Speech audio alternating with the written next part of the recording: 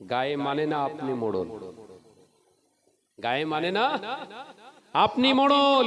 মুজাদ্দিদুজ জামান নিজে থেকে দাবি করেনি আমি যুগ সংস্কারক, জোরে বলতে পারেন না?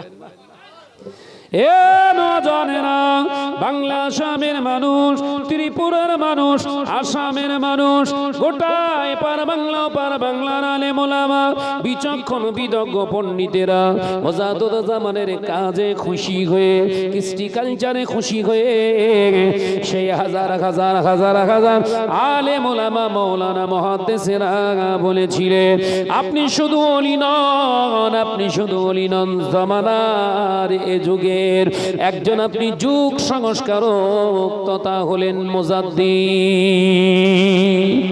আর একটু জোরে বলুন না সুবহানাল্লাহ। দাদা হুজুর নিজে থেকে বলিনি আমি মুজাদ্দিদ, আমি শাহানা দোয়াজ করছি, সব এইসব মিডিয়া দেখছে, হ্যাঁ আমার ইগো বাড়ছে, আর তাদের ইগো বাড়ানোর জন্য দরকার হয়ে গেল আলোচনা, বুঝছেন? একটা দুটো নয়, বাংলা আসামের মুজাদ্দিদুজ জামান, বাংলা আসামের নয়নের মণি মুজাদ্দিদুজ জামান আলা হযরত আদাজার হুজুর পীর কেবলা গোটা বাংলায় মাদ্রাসা করেছিলেন। একটা দুটো নয়, 800 অধিক মাদ্রাসা মুজাদ্দিদুজ জামান কোনোদিন মাইকে বলিনি আমি এত মাদ্রাসা করেছি, এত প্রতিষ্ঠান খুলেছে। আবু বকর মুজাদ্দিদুজ জামান খাও খাও করে কাঁদতেন, রাতের অন্ধকারে আল্লাহর কাছে দোয়া চাইতেন, আল্লাহ আমি আবু বকর যতটুকু কর্ম করেছি, যতটুকু কাজ করেছি, তুমি আমার প্রতি রাজি হয়ে যাও, আমার এই কর্মেতে তুমি সন্তুষ্ট হও। আমি আবু বকর কিয়ামতের দিন যেন তোমার কাছে লাজবাব না হয়ে যায়। ও রব্বুল আলামিন, আমি আবু বকরকে আরো বেশি বেশি করার তৌফিক দেন।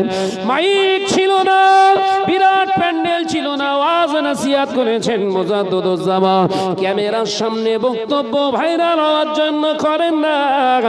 আমার আল্লাহ বিনা ইন্টারনেটে আবু বকরের ঘোষণা তামাম বাংলার কোনায় কোনায় পাঠিয়েছে। এবার জোরে হবে না, অস্বীকার যেতে পারবেন সানার যে কথাগুলো বলছে? গর্দান কেটে দেবো। আমি শাহনাজ যে কটা কথা বলবো ধরে শুধু একটু গবেষণা করবেন, ওর ভেতরেই পেয়ে যাবেন সব। মুখস্থ বিদ্যা আমার ভেতরে খুব কম, আমি একটু গবেষণা করতে ভালোবাসি। দাদা হুজুর শুধু ফু দিয়ে বোতল দুনিয়ার জমিনে ফাটায়নি, হিংস্রতা ফাটিয়ে দিয়েছিলেন, হারাম ফাটিয়ে দিয়েছিলেন, নিষিদ্ধ জিনিস আল্লাহর ওলির দ্বারা আল্লাহ বন্ধ করেছিলেন। সেই জন্য ওপার বাংলার মানুষ জামানার যুগ সংস্কারক মুজাদ্দিদ হিসাবে মাথায় তুলে রেখেছিলেন। জোরে বলুন, জোরে বলতে পারেন না?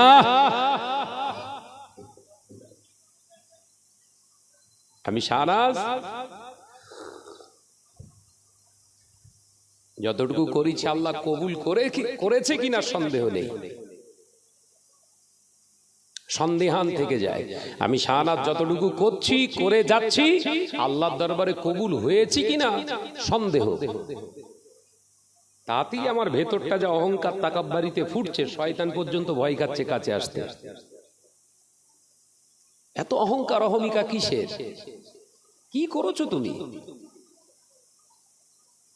ওই দাদা হুজুর পীর কেবলা তো বলতে পারিনি আমি এত কিছু করেছি, বরঞ্চ তানার খলিফারা কলমের দ্বারা লিখে গিয়েছে, রক্ত পানি করে আল্লামা হুজুর আল্লামা নিসারউদ্দিন রাহমাতুল্লাহ আলাইহি, শাহ সুফি হযরত আব্দুল আজিজ সাহেব কনকপুরী রাহমাতুল্লাহ, কিতাবগুলো দেখলে এখন চোখে পানি আসে।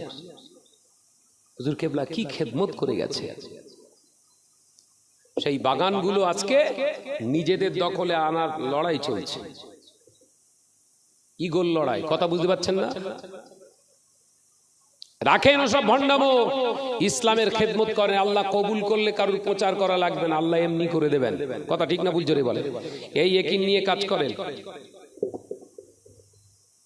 আর আল্লাহ যতটুকু এলেম দিয়েছে হিকমতের দ্বারা চলার চেষ্টা করেন। আব্বাজান বেজদা হুজুর পীর কেবলা বলতেন, বাবা 1 ফোঁটা যদি আল্লাহ এলেম দেয়, 10 ফোঁটা হেলেম ওর সঙ্গে পাইল করে তাই চলো, শয়তান বেগড়াতে পারবে না। একবার জোরে বলুন না সুবহানাল্লাহ।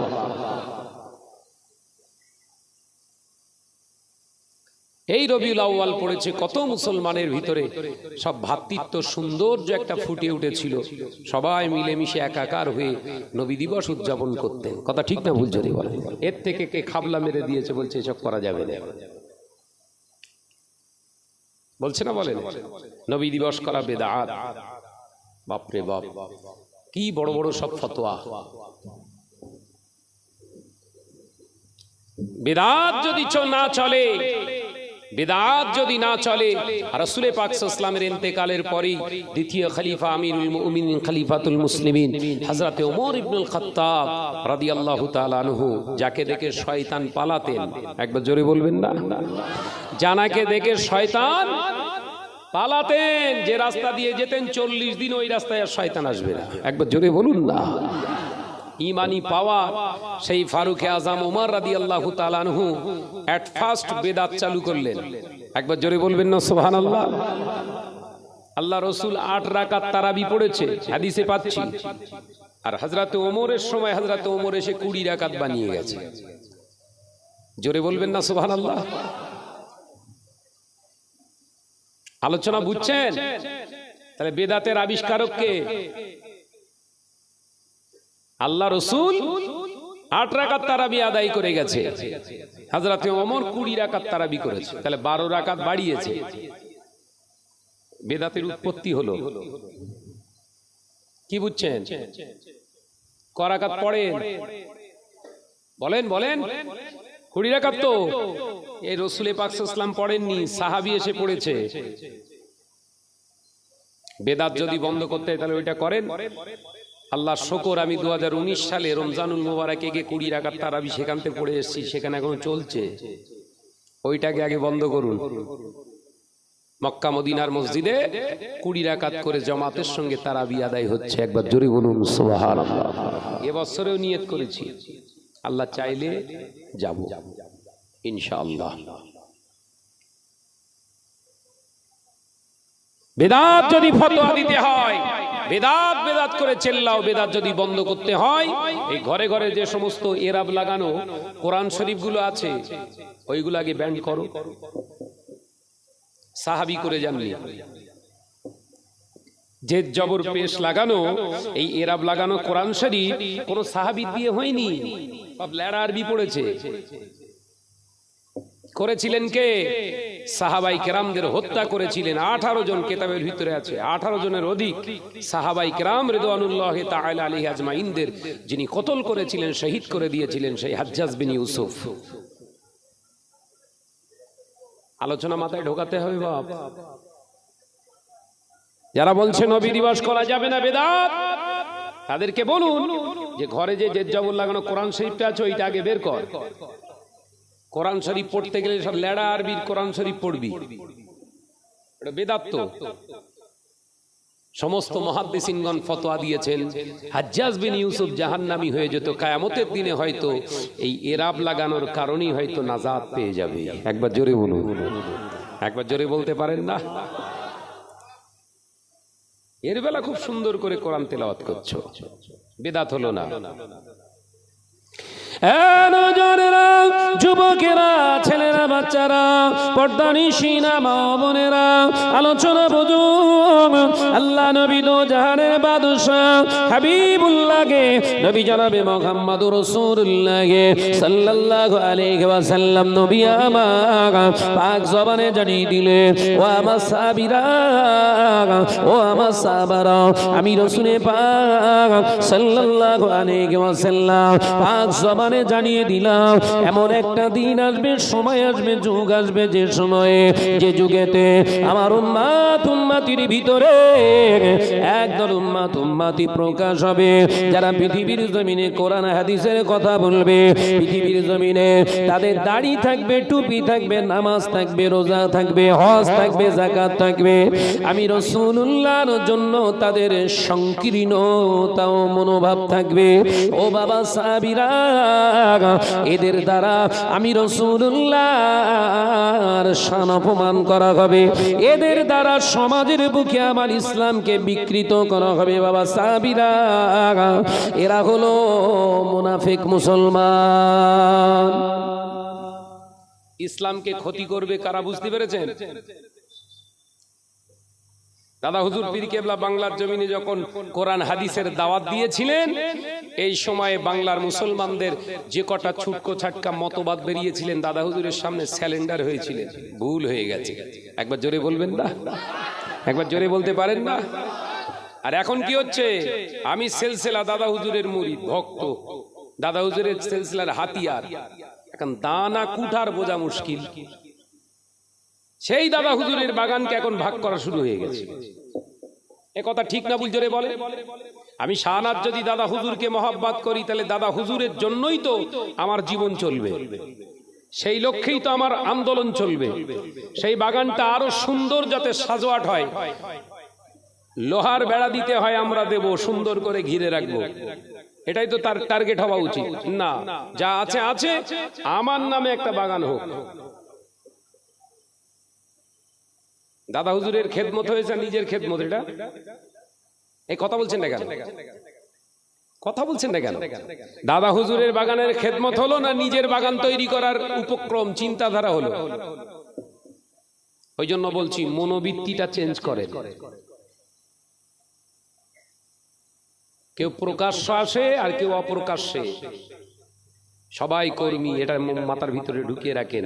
আপনি প্রকাশ্য কাজ করেন আর কেউ অপ্রকাশ্য নিজেকে গোপন ভাবে রেখে কাজ করছে ইসলামের। আপনি নিজেকে হুনু ভাববেন না। কথা বুঝতে পারছেন না? কেউ দাদা হুজুরের সিলসিলার কাজ করছে প্রকাশ্য দেখিয়ে, ক্যামেরা অন ক্যামেরায় এই করেছি সেই করেছি, আর ক্যামেরা ছাড়া কেউ কাজ করছে, তোর থেকে হয়তো অনেক কাজ বেশি এগিয়ে গেছে। কথা বুঝতে পারছেন না? ও নওজওয়ানেরা, যুবকেরা, ছেলেরা, বাচ্চারা, পর্দানিশিনা মা বোনেরা, আলোচনা বুঝুন। আল্লাহ নবী তো জাহানের বাদশাহ হাবিবুল্লাহকে, নবী জনাবে মুহাম্মদুর রাসূলুল্লাহকে সাল্লাল্লাহু আলাইহি ওয়াসাল্লামের পাক জবানে, আল্লাহ নবী পাক জবানে জানান, বাবা সাহাবীরা, ও আমার সাহাবারা, এমন একটা দিন আসবে, সময় আসবে, যেদিন দেখতে পাওয়া যাবে আমার উম্মতের ঘরে, আমার উম্মতের ঘরগুলো অতি শান শওকতের আলিশান ঘর হবে। উম্মতেরা মসজিদ বানাবে, কালার সুন্দর কালারফুল নকশাওয়ালা মসজিদ ইমারত বানাবে। ও বাবা সাহাবীরা, মুসল্লিরা নামাজ আদায় করবে, নামাজ আদায় করবে আমার উম্মত উম্মতিরা, রোজা আদায় করবে, হজ আদায় করবে, যাকাত আদায় করবে। বাবা সাহাবীরা, মসজিদ ভর্তি, মসজিদ জাম করে মুসল্লিরা নামাজ আদায় করবে। বাবা সাহাবীরা, ওর ভিতর থেকে ইমানদার খুঁজে পাওয়া যাবে না।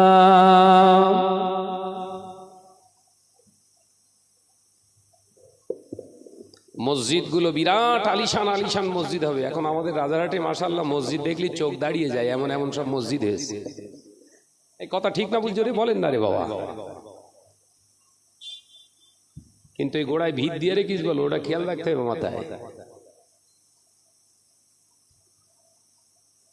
বিশাল আলিশান আলিশান মসজিদ রাজারহাটে তো মাশাআল্লাহ হাজী সাহেব ভর্তি। হেন কোনো গ্রাম নেই যে গ্রামে হাজী নেই। কথা বলছেন না কেন? এবছর হজ পাকে গিয়েছি, রাজারহাটের হাজী অনেক। ওখানে দেখা হচ্ছে, জড়িয়ে ধরছে, শাহনাজ ভাই আপনি? হ্যাঁ হ্যাঁ, আমিও এসেছি, আল্লাহ এনেছে। হাজী ভর্তি।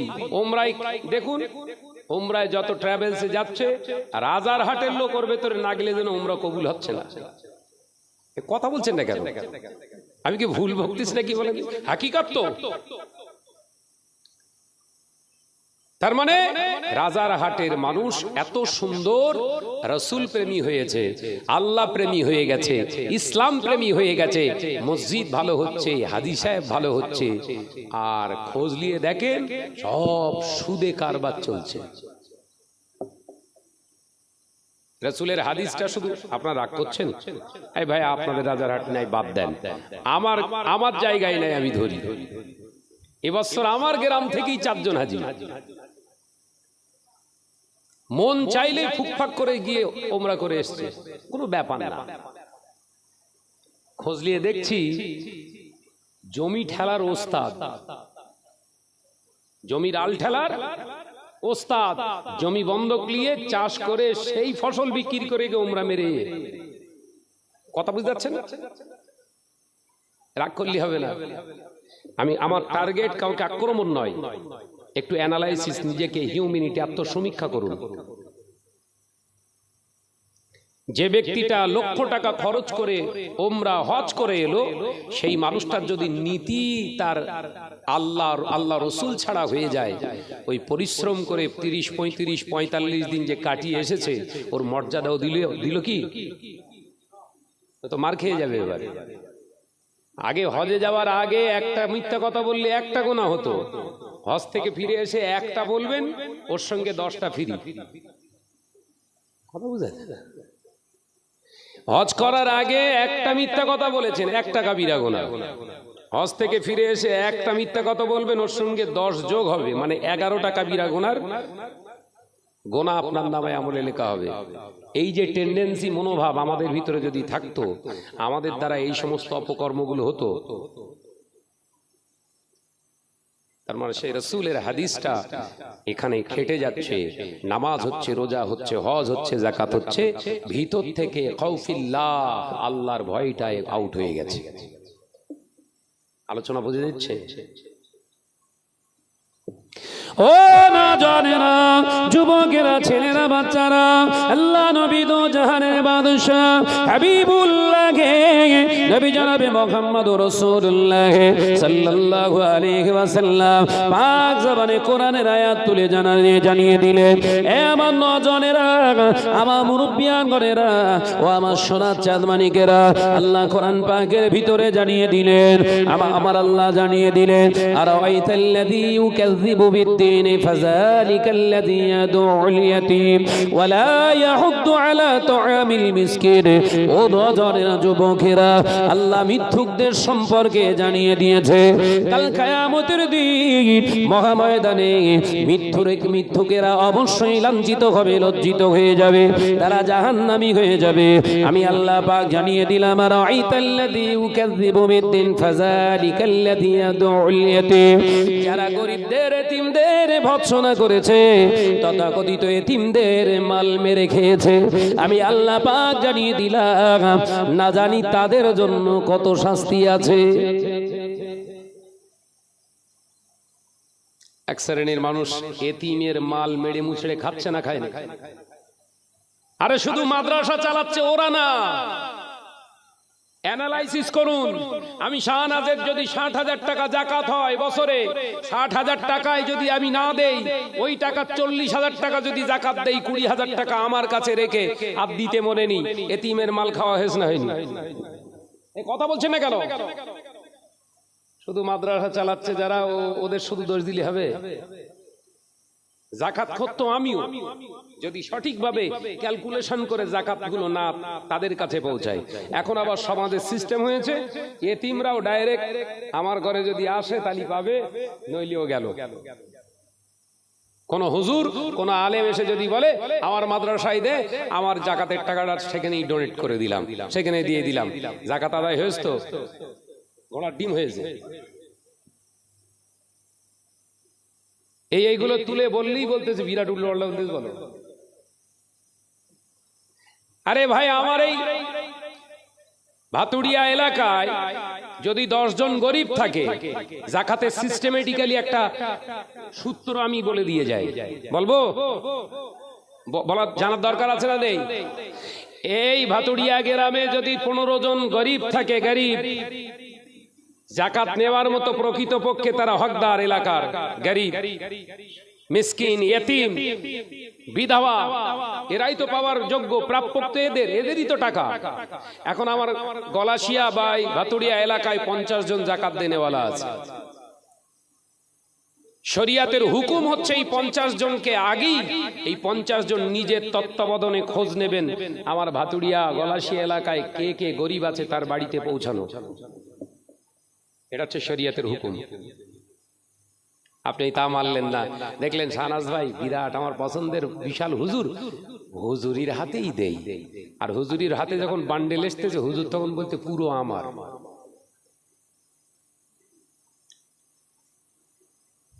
কত মুদি মার্কা যদি 2000 টাকার লোট আর 500 টাকার ওই কসকসে মাল যদি সামনে আসে, মাথা ঠিক থাকে হারা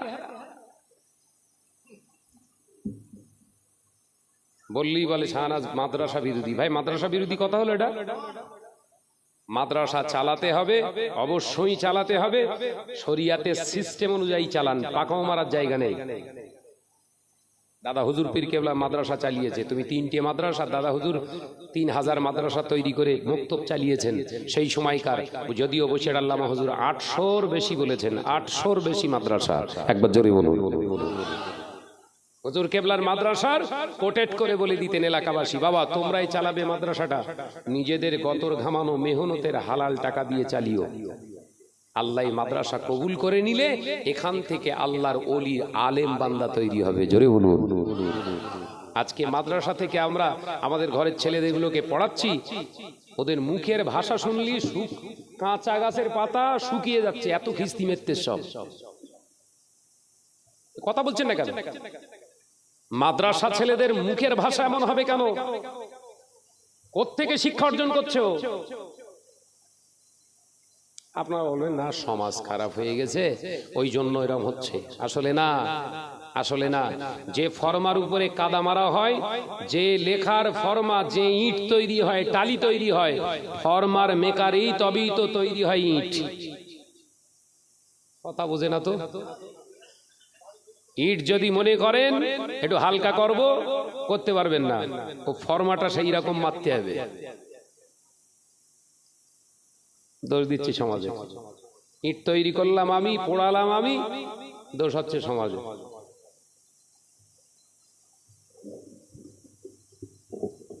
ব্যথা নেবেন না, অনেক কষ্ট হয়। মাদ্রাসার ছাত্রদের আচরণ এরকম কেন? আমার হোয়াটসঅ্যাপে আপনাদের দেখাবো, মাদ্রাসার ছেলেদের কমেন্ট দেখলে মাথা কাজ করবেন আপনার। যথারীতি তারা মাদ্রাসায় পড়ছে, তাদের ভাষা এরকম কেন? আমরাও তো পারলে দিতাম, আমরাও তো পারলে ওগুলো ইউজ করতাম, তো করছি না কেন? আমাদের বিবেকে বাঁধে এই ভাষাগুলো আমার জন্য আল্লাহ পাক হারাম করেছে, করা চলবে না। এই হালাল হারামের ভয়টা, খৌফটা তৈরি হবে শিক্ষা প্রতিষ্ঠান থেকে। আর সেই প্রতিষ্ঠানগুলোই যদি এলোমেলো চলে, ওখানকার যে কটা বেরোবে সব ওই এলোমেলো হবে। এটা সূত্র। ভাইরা আমার, নজনেরা, যুবকেরা, ছেলেরা, বাচ্চারা, পর্দানিশীরা, মা বোনেরা, আলোচনা বুঝুন। তাহলে আপনাদের গলাশিয়া এলাকায়, ভাতুড়িয়া এলাকায় যত গরিব আছে, ওই গরিব মানুষগুলো আগে হকদার আপনার টাকা, আপনার কাছে যে জমা রাখা যাকাতের টাকা, ওই টাকাটা আপনার নয়, শতকরা 2.5% টাকাটা আপনি তার কাছে পৌঁছাবেন। যদি তার কাছে না পৌঁছে, এখান থেকে যদি আপনি অন্য কোন গ্রামে আপনি কোন মানুষকে, গরিবকে যদি দিয়ে যান, আপনার গ্রামের মানুষ যাকাতের হকদার ছিল যদি না দেন, কাল কিয়ামতের দিন হক মারার দায়ে আপনাকে দণ্ডিত করা হবে।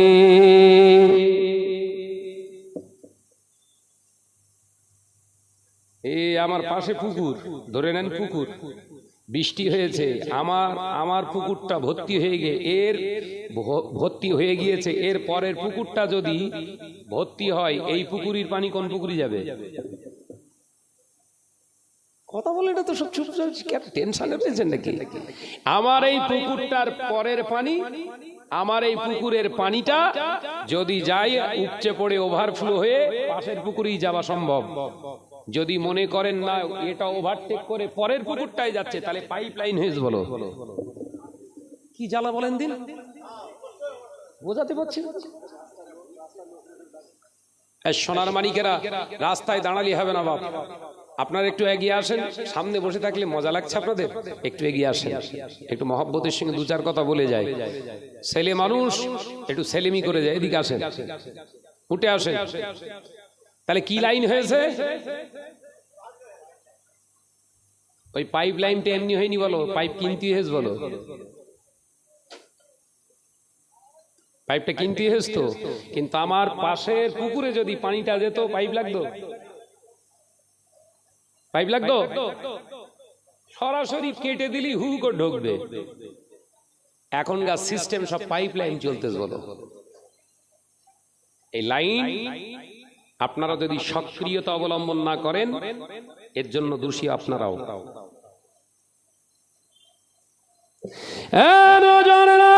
যুবকেরা, ছেলেরা, বাচ্চারা, পর্দানিশীরা, মা বোনেরা, আল্লাহ নবী দো জাহানের বাদশা হাবিবুল্লাহকে নবী জনাবে মুহাম্মদুর রাসূলুল্লাহ সাল্লাল্লাহু আলাইহি ওয়াসাল্লাম নবী আমার পাক জবানে জানিয়ে দিয়ে গেলে, ও বাবা সাহাবীরা, আমি রাসূলুল্লাহকে সাল্লাল্লাহু আলাইহি ওয়াসাল্লাম জানিয়ে দিলাম এমন একটা সময় আসবে, উপনীত হবে আর উম্মতেরা এমন একটা সিচুয়েশনে উপনীত হয়ে যাবে, সুদের দ্বারস্থ হয়ে যাবে উম্মাত।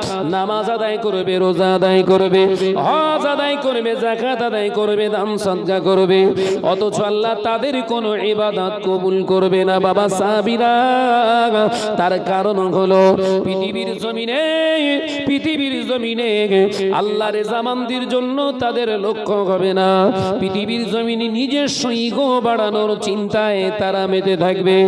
ও বাবা সাহাবীরা, ওই সময় মানুষ নামাজ আদায় করবে বটে, কিন্তু আল্লাহর প্রতি পূর্ণ বিশ্বাস রেখে নামাজ আদায় করবে না।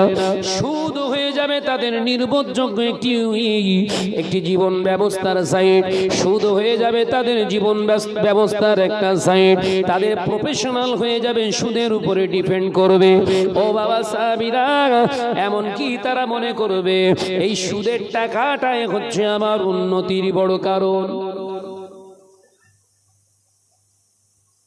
এর একটু খোলাসা বলি, এ বাংলা বোঝাচ্ছি তো, এর ভেতর দেওয়ার বাংলায় গোদা বাংলায় বোঝাই, ক্লিন হবে না একদম। একটা ছেলে লোনে টাকা নিয়েছে, খুব ভালো করে বোঝেন, একটা ছেলে লোনে টাকা নিয়েছে,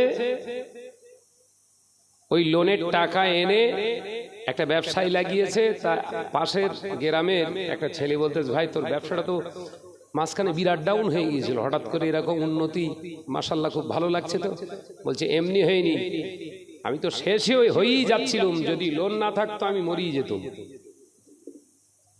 এই কথা বলছেন না কেন? ওর ঈমান আছে তো? একটা মাধ্যম গোদা বাংলায় বুঝিয়ে গেলাম। বেঈমান হবার মাধ্যম বোঝা গেছে তো? নবী বলেছেন নামাজ পড়বে, ইমাম থাকবে না, এটা হচ্ছে তার প্রথম সিম্পটম। যদি আমি টাকা না নিতাম, আমি বিল্ডিংটা দাঁড় করতে পারতাম? আল্লাহর উপরে ভরসা নি বলো। আর ভরসা কার উপর চলে গেছে? বলো বলো বলো বলো বলো। লোন হুজুরির কাছে।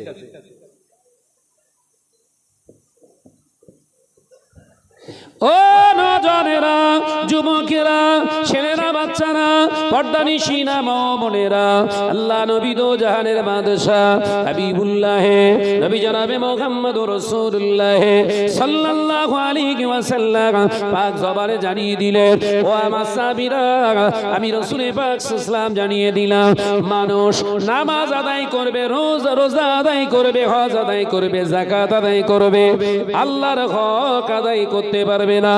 ও নজনেরা, যুবকেরা, ছেলেরা, বাচ্চারা, আজকে মুসলিম সমাজে এই দুর্দশার একটি জায়গা তৈরি হয়েছে। যদিও সমাজে আলেমের অভাব নাই, সমাজে ওয়াইজিদের অভাব নাই, সমাজে ইমামের অভাব নাই, মসজিদের অভাব নাই, খাউফি ইলাহির অভাব এলো কোত্থেকে? মসজিদের অভাব নেই, ইমামের অভাব নেই, আলেমের অভাব নেই, তারপরেও এই খাউফ ইলাহি আল্লাহর ভয়ের অভাব এলো কোত্থেকে? এটা নিয়ে ভাববেন না? ভাবার সময় এসেছে। ছেলেটা ইংরাজি শিক্ষায় শিক্ষিত হোক না রে ভাই, ও ডাক্তার হোক, ভালো পিএইচডি করুক, আলহামদুলিল্লাহ, ওর সঙ্গে সব সময় আমি আছি, কিন্তু আমার দেখতে হবে আমি যার পেছনে দৌড়চ্ছি ওর ঈমান আছে কি। আমাদের ছেলেটার হাই র্যাঙ্কের, হায়ার এডুকেটেড করছি, ওই ছেলেটা পরবর্তীতে ও যে শয়তানের আখলাক নিয়ে চলবে না গ্যারান্টি নি বলো, কারণ ওর ভিত নেই। এই কথাগুলো যখন সুন্দর করে চেষ্টা করছি গবেষণার মাধ্যমে সমাজকে তুলে ধরার, এক শ্রেণীর ভোকু তারা বলছে শাহনাজ হচ্ছে শিক্ষা আন্দোলনের বাধা দিচ্ছে, তার মানে ফেরাউনি চাল চলতেছে। কথা বুঝাচ্ছে না? ঠিক এই একই আন্দোলন করেছে। আমি ইতিহাসের ছাত্র, অ্যারাবিক নিয়ে শুধু হুজুর হইনি, আমি ইতিহাস নিয়েও পড়েছি আলহামদুলিল্লাহ ক্যালকাটা ইউনিভার্সিটি থেকে। ইংরেজদেরকে তাড়ানোর, ইংরেজদেরকে ভিটে ছাড়া করানোর মুখ্য ভূমিকা ছিল ইমানদারদের বেশি। একবার জোরে বলুন, একবার জোরে হবে না? যখন খান আব্দুল গফফার খান তানার নেতৃত্বে যখন আন্দোলন শুরু হলো, ইংরাজি শিক্ষায় শিক্ষিত আমাদের ঘরের ছেলেদের ইংরাজি আর পড়ানো যাবে না, কাজী খান আব্দুল গফফার খানের বিরুদ্ধে মুসলিম কমিউনিটিকে লেলিয়ে দেওয়া হয়েছিল। ইতিহাস জানুন, মুসলিম কমিউনিটিকে ইংরেজ সরকার লিলিয়ে দিয়েছিল, দেখ শিক্ষার বিরোধিতা করছে ওরে ধর। তার ভিতর থেকে কিছু ইমানদার, তার ভিতর থেকে কিছু আল্লাহওয়ালা খান আব্দুল গফফার খানকে অ্যাকসেপ্টেবল সমর্থন করেছিলেন। একবার জোরে বলুন।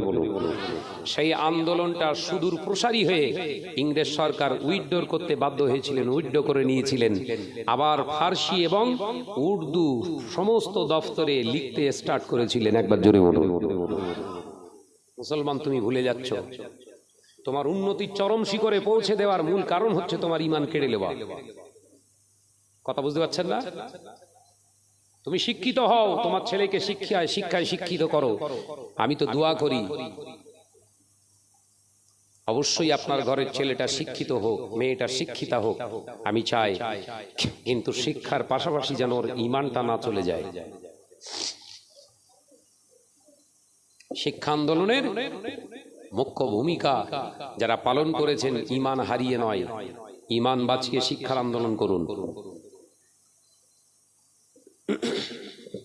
ভাইরা, আমার নজনেরা, যুবকেরা, ছেলেরা, বাচ্চারা, পর্দানিশী মা ও বোনেরা, আল্লাহ নবী দো জানের বাদশাহ হাবিবুল্লাহ নবী জনাবে মুহাম্মদুর রাসূলুল্লাহ সাল্লাল্লাহু আলাইহি ওয়াসাল্লাম নবী আমার পৃথিবীর জমিনে যখন এসেছিলেন, আল্লাহ নবীকে জমিনের উপরে পাঠানো হলো।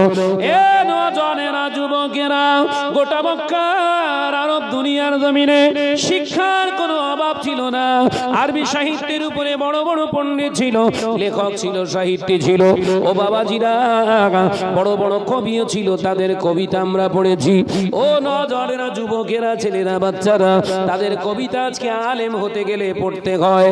বাবাজিরা, কোনো কবির অভাব ছিল না, সাহিত্যিকের অভাব ছিল না, অভাব ছিল মনুষ্যত্বের। মনুষ্যত্ব না থাকার কারণে নারীর মর্যাদা হরণ করা, মনুষ্যত্ব না থাকার কারণে সমাজে সুদের রমরা বাজার চালানো, মনুষ্যত্ব না থাকার কারণে পরের সম্পত্তিকে কূটকৌশলে সেটাকে ভাগরা করা, দখল করা, না তাদের মনুষ্যত্ব না থাকার কারণে মানুষকে মার্ডার করা, পরিকল্পনা আপনার ব্লুপ্রিন্ট তৈরি করা, সমাজের বুকে মনুষ্যত্ব না থাকার কারণে একজনের পিছনে আরো কিছু জনকে লিলিয়ে দেওয়া, এ চরিত্র ছিল আয়ামে জাহালিয়াতের একটি বৈশিষ্ট্য।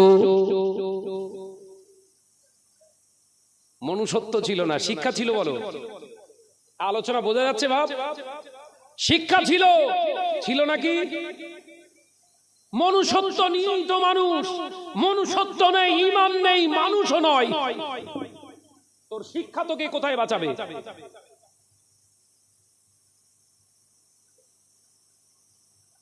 শিক্ষার অভাব নেই। গোটা আরবের বড় বড় কবি সাহিত্যিক, তাদের কবিতা পড়িছি আমরা, আরবি সাহিত্যের প্যাটার্ন অর্থাৎ তাদের প্যারাগ্রাফ পড়িছি, তাদের লেখা কোটেশন আমরা পড়িছি, তবে তো আলেম হয়েছি। দুই এক লাইন, আমি আলেম ভালো না ভাই, দুই এক লাইন যতটুকু পড়িছি আরবি সাহিত্যের কবিতা, তাদের নোটেট আমরা তো পড়িছি কিতাবের মাধ্যমে। যতটুকু পড়িছি দেখলাম তাদের গ্রামাটিক্যাল আরবি সাহিত্যের উপরে বিরাট পাণ্ডিত্য ছিল। এত বড় বড় পণ্ডিত থাকার পরেও নারীর মর্যাদা নেই। এত বড় বড় পণ্ডিত থাকার পরেও সমাজে মদ জুয়ার ফোয়ারা। এত বড় বড় শিক্ষিত মানুষরূপী শয়তানগুলো থাকার পরেও সমাজের বুকে মেরে নেওয়া, কেড়ে নেওয়া তাদের প্রফেশনাল জীবিকাই ছিল তাদের সেরা। কথা বুঝতে পারছেন?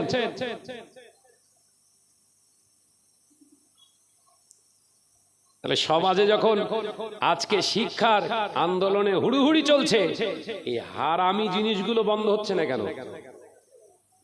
তার মানে মনুষ্যত্বের অভাব আমাদের ভিতরেও চলছে।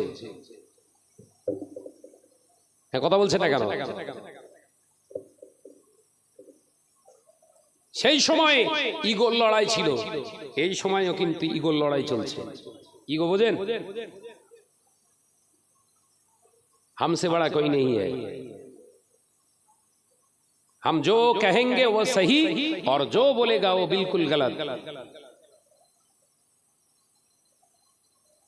আমি যেটা করব সমাজে সমাদৃত হবে, আর কেউ করলে তার পেছনে খোঁচা মেরে বসিয়ে দেওয়া হবে। এটাই তো ইগোর লড়াই। সেই সময় ছিল আবু জাহেলের উপরে, আপনার আবু লাহাবের উপরে কথা বলার মতো কেউ ছিল না। কথা বললেই থাবড়ি মেরে চারজন লাগিয়ে দিলে মার, আমার উপরে করছে। সেই যুগটা যদি আল্লাহ কোরআন পাকের ভিতরে জাহেলিয়াত আখ্যায়িত করে সমাজে আল্লাহ পাক চিহ্নিত করে দেয়, এই সমাজে যদি আজকে শিক্ষিত থেকেও মেরে লেওয়া, কেড়ে লেওয়া, শাহনাজ কথা বলছে হক, কিছু লোক লাগিয়ে দিলে অমুক মোড়ে দাঁড়া গেলি হদ্দ পেটাপেট।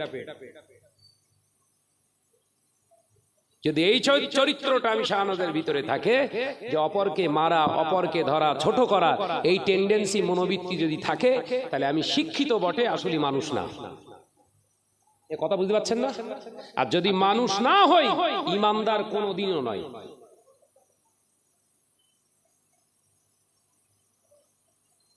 এইগুলোই সমাজকে জানাতে হবে আজকে। নবী দিবসের আয়োজন, নবী কেন দুনিয়ায় এসেছিলেন, আল্লাহ তানাকে কেন পাঠিয়েছিলেন, এই নিয়ে একটু অ্যানালাইসিস করা, কিছু দু চারটে কথা বলে যাব ইনশাআল্লাহ।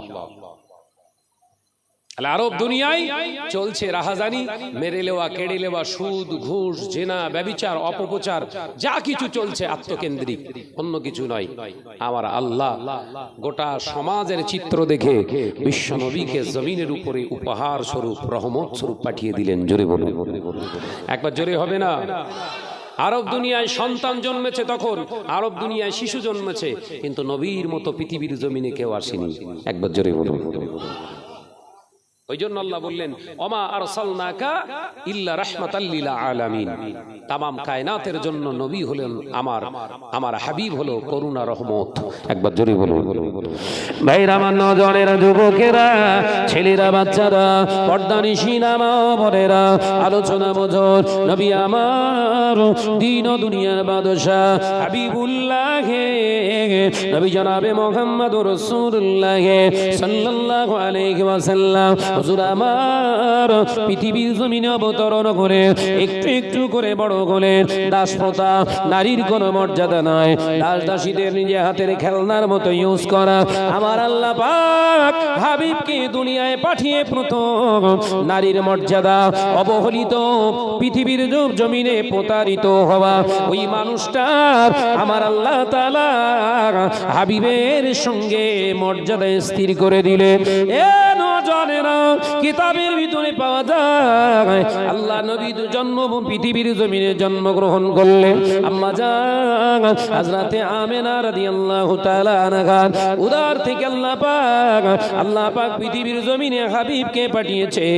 হুজুর আমার দুনিয়ায় আসলেন, প্রথম দিনেতে দেখতে পাওয়া যায় আম্মা জান আমেনার দুগ্ধ তিনি পান করেছে। হুজুর আমার ওই দিনেতেই আরো একজন মহিলার দুধ আল্লাহ খাইয়েছিলেন হাবিবকে। অন্য কারণ নয়, যে নারী জাতির কোনো সম্মান নাই, যাকে দাসী হিসাবে আবু লাহাব রেখেছিলেন, ওই সুয়াইমার বুকের দুধ আল্লাহ পান করিয়েছিলেন। একবার জোরে হবে না? মেয়েদেরকে দাসী বানিয়ে রেখেছেন। আল্লাহ পাক হাবিবকে দিয়ে এই দাস প্রথা উঠিয়ে দেওয়ার বড় একটা পদক্ষেপ গ্রহণ করলেন। প্রথমেই আম্মাজান আমেনার একটু দুধ খাইয়েই পরেই খাইয়ে দিলেন আল্লাহ পাকের অশেষ রহমত আম্মাজান হযরতে সুয়াইবা রাদিয়াল্লাহু তাআলা আনহা। তিনি কে? আবু লাহাবের পোষ্য একজন দাসী। তার মর্যাদা রাসূলুল্লাহর আম্মাজানের মর্যাদার সঙ্গে মিলিয়ে দিলেন। একবার জোরে বলুন।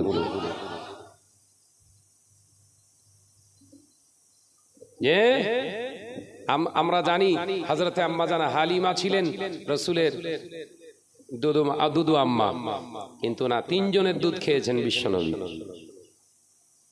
তিনজন আম্মার দুধ খেয়ে বিশ্বনবীকে আল্লাহ পাক দুনিয়ার জমিনে সুন্দর করে তুলিয়েছিলেন।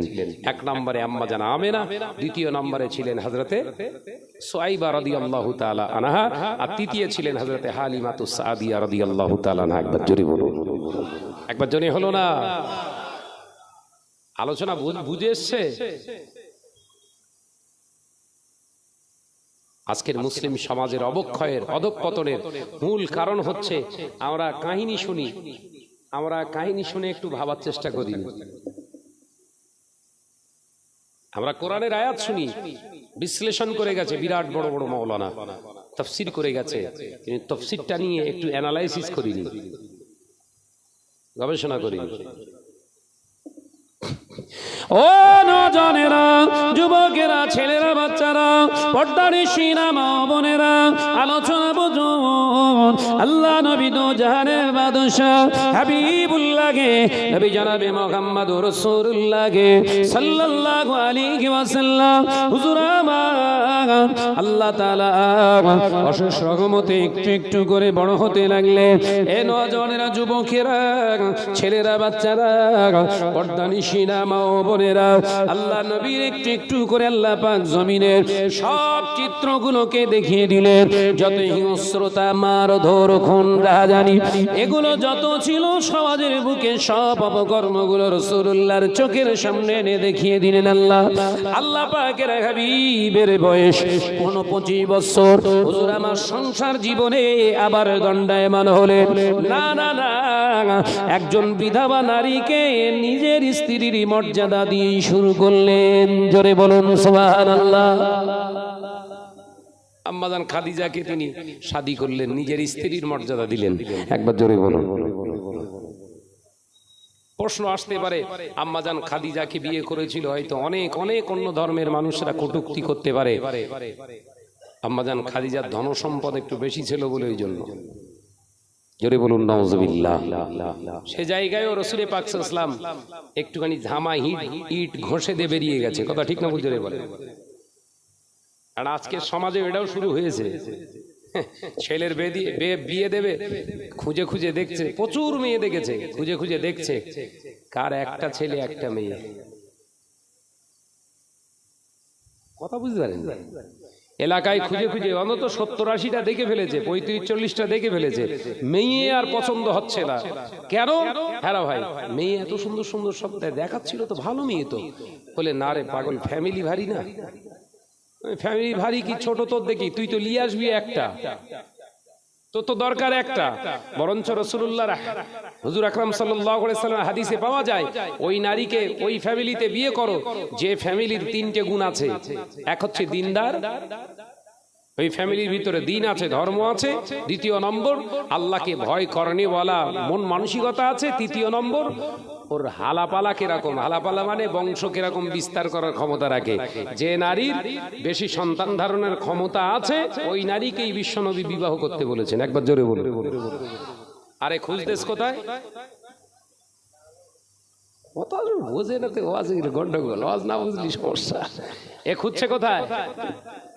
একটা মেয়ে একটা ছেলে, ছেলে না থাকলেও হবে, 2টো মেয়ে থাকলেই হবে। কেন বলেন দিন?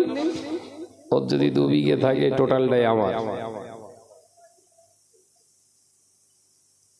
আলোচনা মনের কথা বলতিস তো নাকি? 6 বিঘে থাকলে কমপক্ষে 2 বিঘে আসবে, চাইতে হবে না। ও মাল এমনি রেকর্ড হয়ে বসে আছে।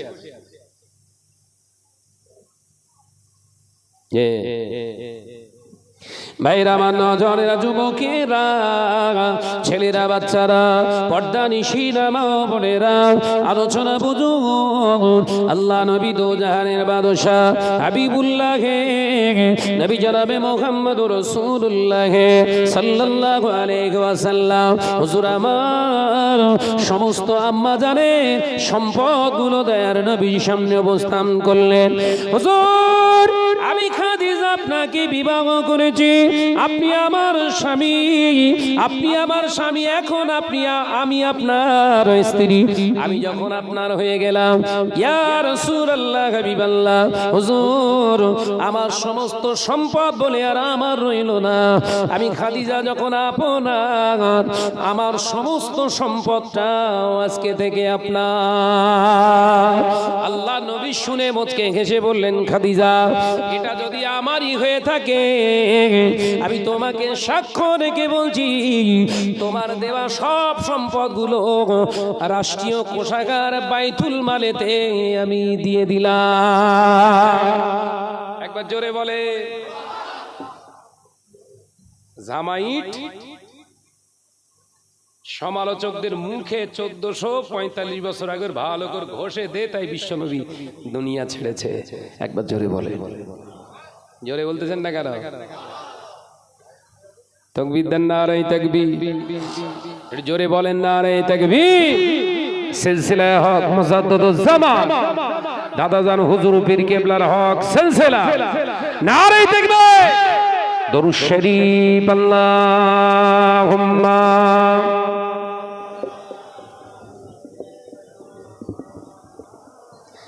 আওয়াজ কমে যাচ্ছে, লোক প্যান্ডেল ভর্তি, আর আওয়াজ যেন পুরো আউট হয়ে যাচ্ছে সব।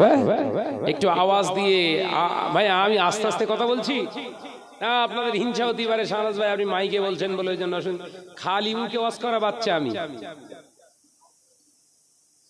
খালি মুখে ওয়াজ করি। আল্লাহ শুকর, বয়স তখন আমার বেশি না, 16 বছর বয়স। পীর আল্লামা শাহ সুফি আবু ইব্রাহিম সিদ্দিকী, ওবাইদুল্লাহ মোহাম্মদ আবু ইব্রাহিম সিদ্দিক রহমাতুল্লাহ আলাইহি হুজুর কেবলা বলেছিলেন, এই মুয়াজ্জিন সাহেব যাও ওয়াজ করো। কোথায়? যেখানে দাঁড়িয়ে মুজাদ্দিদুজ জামানের অন্যতম খলিফা আল্লামা রুহুল আমিন সাহেব রহমাতুল্লাহ আলাইহি ওয়াজ করেছিলেন, সেই ফুরফুরা দরবার শরীফে দাঁড় করিয়ে বলেন ওয়াজ করো। কত বছর বয়স বললাম? 16 বছর। মাইক আছে? ফুরফুরা 21, 22, 23 হিসাবে সবাই জানতো নাকি, না অন্যমুখী হচ্ছেন সব? সমস্যা যে যাবেন এখনো সেই খালি মুখী চলে। একবার জোরে বলুন, একবার জোরে হবে না? সেখানে ওয়াজ করেছি খালি মুখে, সেই অভ্যেসটা এখনো আছে আমার। মাইকেই ওয়াজ করতে হবে চিন্তা আমাদের ভিতরে নেই, সেই মন মানসিকতা আমাদের ভিতরে নেই। মাইক না হলে হবে না। মাইক যখন হয়েছে আলহামদুলিল্লাহ, সুবিধা হলো একটু, যে আল্লাহ সুবিধা করেছে না করেনি? এখন যদি আপনাদের মনে হিংসা হয় যে না শাহনাজ ভাই আপনি মাইকে বলছেন বলে জোরে হচ্ছে, আমরা জোরে বলতেছি আপনি শুনতেছেন না, তাহলে গলায় গলায় হওয়া ভালো।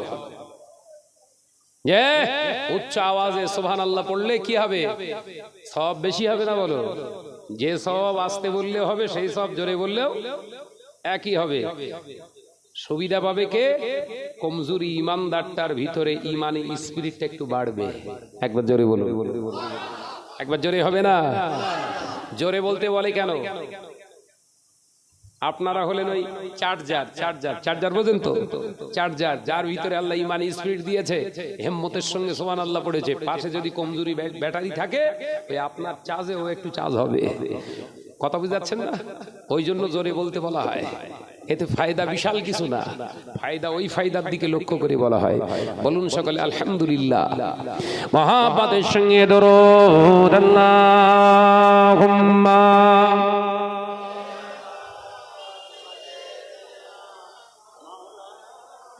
পড়ো বাবা পড়ো। ওয়ালা আলি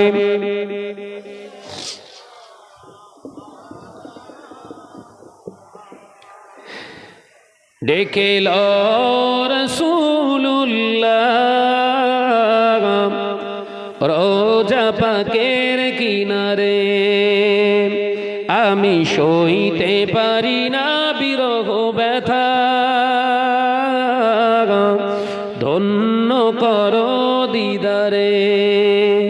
একটু জোরে হবে না সোহার? জোরে বলতে পারেন না? ডেকে লো রাসূলুল্লাহ রওজা পাকের কিনারে, আমি সইতে পারি না বিরহ ব্যথা, ধন্য করো দিদারে। আল্লাহুম্মা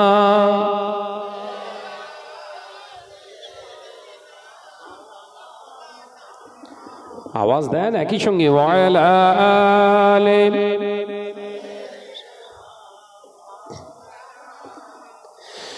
নূরে উজ্জ্বল চেহারা তোমার,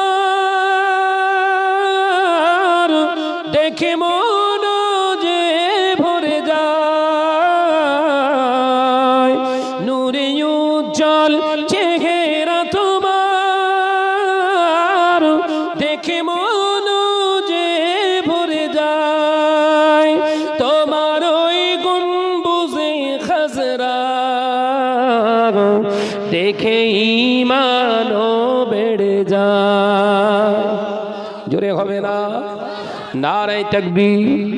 ডেকে লো রাসূলুল্লাহ রওজা পাকের কিনারে, আমি সইতে পারি না বিরহ ব্যথা, ধন্য করো দিদারে। আল্লাহুম্মা সাল্লি আলা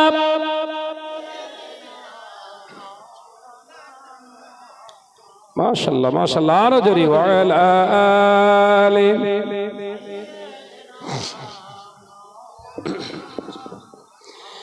মদিনার আকাশ, মদিনার বাতাস, মদিনার আকাশ, মদিনার বাতাস, মদিনার জাবালে উহুদ, তোমাকেও সালাম জানাই। জোরে হবে না? নারে তাকবীর। ডেকে লো রাসূলুল্লাহ রওজা পাকের কিনারে, আমি সইতে পারি না বিরহ ব্যথা, ধন্য করো দিদারে।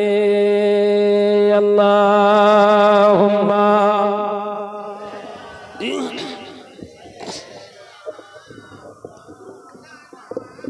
মাশাআল্লাহ আরো জোরে হবে ওয়ালা আলি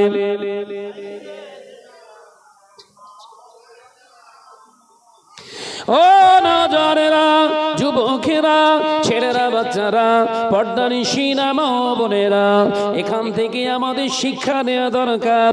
এখান থেকে আমাদের ঘরের মা বোনেদের শিক্ষা নেওয়া দরকার।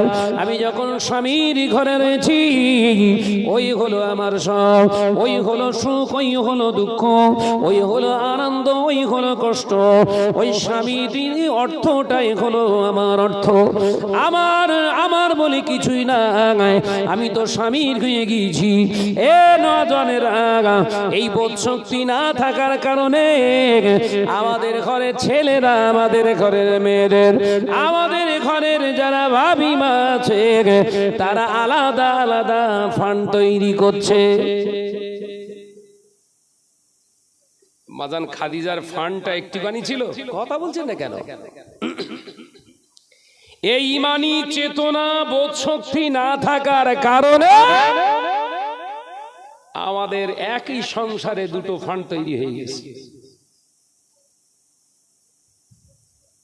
আলোচনা বুঝতে পারেননি? ভাবির অ্যাকাউন্টে প্রতি মাসে 500-700 করে ঢুকতেছে, ওর মাথা পুরো গরম। কত বুঝাচ্ছেন না নাকি?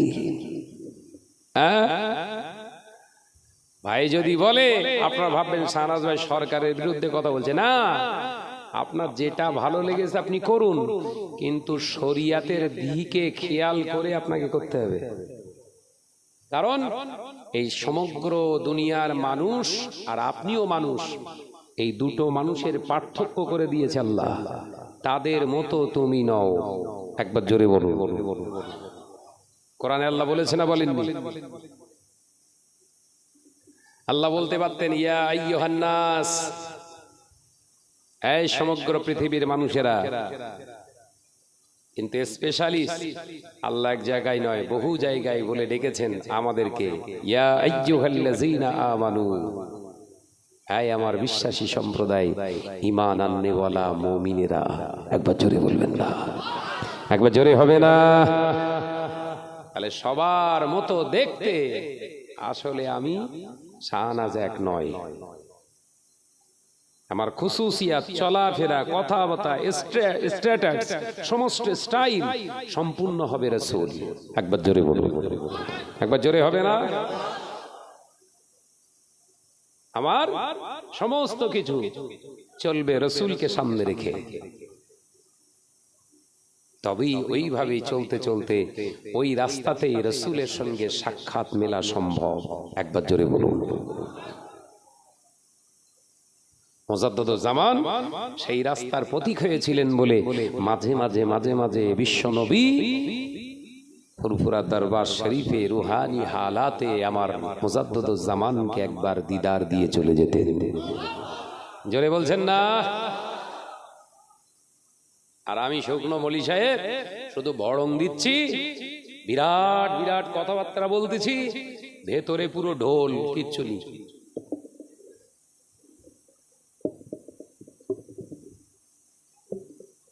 জাতির জন্য তো বিরাট কিছু করলাম, নিজের জন্য কি করলাম?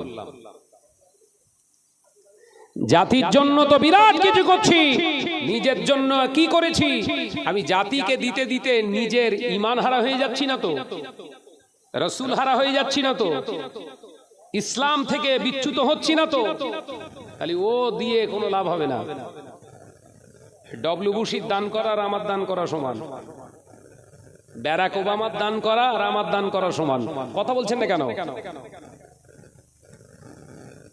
ব্যারাক ওবামা দান করেনি, বিরাট বড় একটা ট্রাস্ট করে তারপর গদি ছেড়েছে।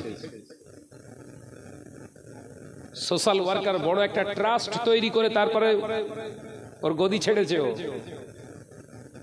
আমাদের পিএম ট্রাস্ট করেছে না করেনি? তাদের দান আমাদের দান এক নয়, মাথার ভিতরে রাখতে হবে। সেও মানুষ, আমিও মানুষ। তার কর্মের সঙ্গে আমার কর্মটা মিলবে না, কোনো জায়গায় মিলবে না। দেখতে লাগবে এক, ফায়দা হবে আলাদা। একবার জোরে বলুন। একবার জোরে হবে না? তাই তো নাকি? পার্থক্য এখানেই। সে হলো ইয়া আইয়ুহান নাসের একজন, আর আমি হলাম ইয়া আইয়ুহাল্লাযীনা আমানু একজন। একবার জোরে হবে না? সে মানুষদের ভিতরে একটা, সমগ্র পৃথিবীর মানুষের ভিতরে একটা, আর আমি শাহনাজ হলাম ঈমানদারদের অন্তর্ভুক্ত একজন মুসলমান। একবার জোরে বলুন। দুটো এক হলো।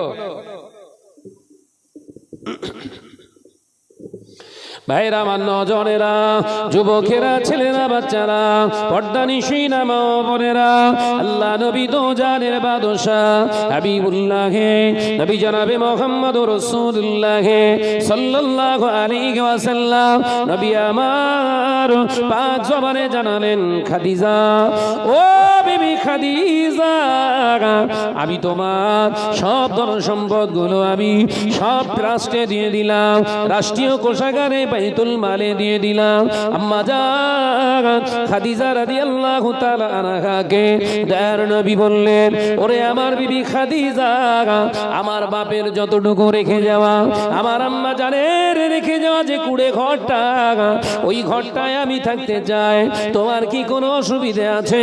আল্লাহ নবীর কথা শুনে আম্মা জান হযরতে খাদিজা রাদিয়াল্লাহু তাআলা আনহা বলেছিলেন, আপনি হলেন আমার গার্জিয়ান, আপনি হলেন আমার স্বামী, হুজুর আপনি কোথায় আমাকে রাখলে ভালো হয় সেইখানে রাখবেন। যদি আপনার মনে লাগে ওটা ভালো, আমি খাদিজার কোনো মত নাই, ওটাই আমার জন্য আমি ভালো।